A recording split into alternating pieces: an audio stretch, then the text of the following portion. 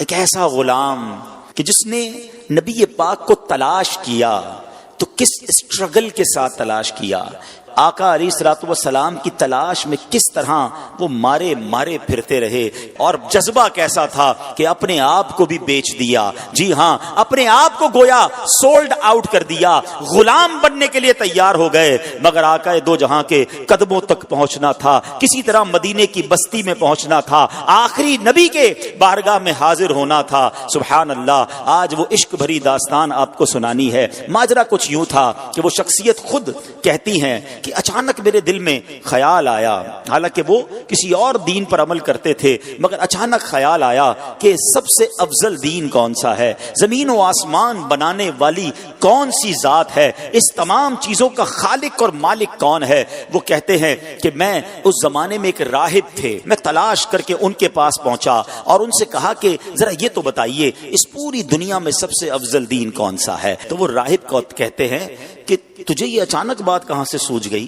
تو کہتے ہیں نہیں، میں یہ جاننا چاہتا ہوں کہ زمین و آسمان کا مالک کون ہے، سب سے افضل دین کون سا ہے۔ تو اس نے کہا کہ پھر ایسا کرو، اگر اس سوال کا جواب چاہیے تو موصل میں، یہ عراق کا ایک علاقہ ہے، وہاں ایک راہب ہے، اس سے بڑا کوئی عالم نہیں ہے، تم ان کے پاس جاؤ، وہ شاید تمہاری رہنمائی کریں۔ ٹریول کر کے وہ کہتے ہیں میں ان کے پاس پہنچا، ان کے پاس میں رہا اور ان کے ساتھ میں عبادت کرنے لگا۔ وہ دن کو روزہ رکھتے تھے، رات کو عبادت کرتے تھے، میں بھی بالکل انہی کی طرح عمل کرنے لگ گیا۔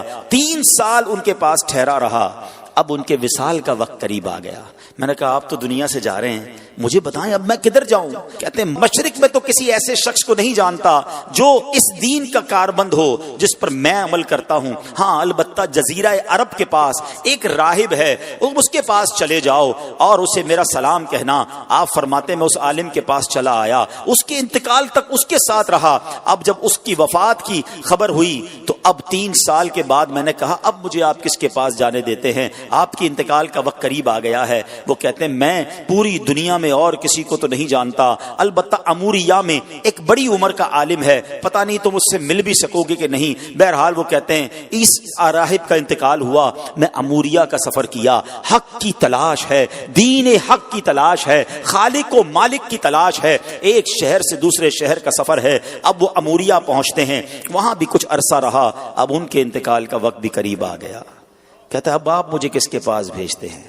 وہ کہتے ہیں اب دنیا میں میرے علم کے مطابق کوئی ایسا عالم نہیں جو حق پر ہو، البتہ ایک زمانہ قریب آتا جا رہا ہے جب حضرت ابراہیم علیہ الصلوۃ والسلام کی آل میں ایک شخص پیدا ہوگا، کئی 100 سال باقی ہیں، تم اس کو نہیں پا سکو گے، لیکن دیکھو اس کے علاوہ کسی اور کے پاس مت جانا، اگر تم وہ زمانہ پالو تو پھر تم ان کو ضرور ان کا ساتھ دینا، وہ حق پر ہوں گے۔ اور سنو اس شخصیت کی نشانی یہ ہے، انہی کی قوم کے لوگ انہیں ساحر کہیں گے، معاذ اللہ جادوگر کہیں گے، مجنون کہیں گے، کاہن کہیں گے، اور دیکھو ان کی ایک نشانی اور ہے، ہدیہ دو گے نا تو تناول کر لیں گے، صدقہ دو گے تو وہ اس میں سے کچھ نہیں کھائیں گے۔ اور سنو ان کے دونوں کاندھوں کے درمیان، دونوں شانوں کے درمیان مہر نبوت بھی جگمگا رہی ہوگی۔ میرے آقا کی بھی کیا شان ہے، ابھی دنیا میں ظاہری آئے نہیں ہے، زمانہ پہلے ہی دیوانہ ہے۔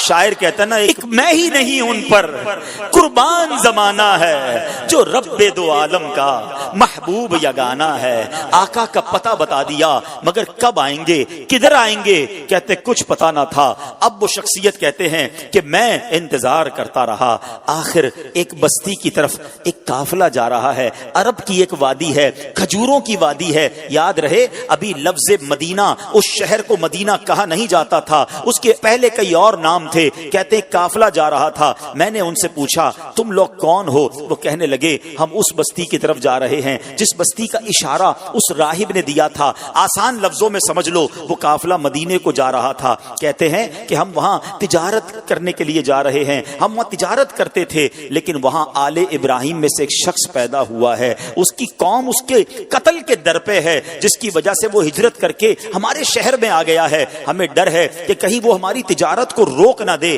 اب سنو, مدینے پر اس کو کنٹرول حاصل ہو گیا ہے. معاذ اللہ وہ قافلے والے نبی پاک علیہ الصلوۃ والسلام کے خلاف باتیں کر رہے تھے, مگر اس عاشق رسول کے دل کی دھڑکن تیز ہونے لگ گئی. ارے یہ تو وہی نشانی ہے, مدینے میں آل ابراہیم سے ایک شخص آ گیا ہے, قوم جو ہے اس کے خلاف ہے. کہ اچھا یہ تو بتاؤ یہ ان کی قوم ان کے بارے میں کیا کہتی ہے؟ وہ تاجر کہتے ہیں ان کی قوم انہیں کاہن کہتی ہے, ساحر کہتی ہے, مجنون کہتی ہے. اللہ اکبر. اب یہ دیوانہ سمجھ گیا میری منزل مدینے میں ہے, یہ قافلہ جدھر جا رہا ہے مجھے ادھر ہی پہنچنا ہے. کہتے ہیں ان تاجروں کو ایسا کرو مجھے ساتھ لے جاؤ. کہتے پیسے ہیں تمہارے پاس؟ کہتے کوئی پیسہ نہیں. ارے بغیر پیسے کے سفر کیسے ہوگا؟ کوئی تو عوض دے دو, کوئی تو مال دے دو. کہتے میرے پاس کچھ نہیں, مگر عرصہ ہو گیا ہے اس شخصیت کے انتظار میں, زندگی بیت گئی ہے, مجھے کسی طرح مدینے پہنچا دو, مجھے کسی طرح ان کے پاس پہنچا دو. کہا اچھا اتنی تڑپ ہے چلو ہمارے سردار کے پاس. قافلے کے سردار کے پاس لایا گیا. سردار کہتا ہے پیسے ہیں؟ کہا پیسے نہیں, زیادہ راہ ہے. زیادہ راہ نہیں. ارے کچھ تو دینا پڑے گا.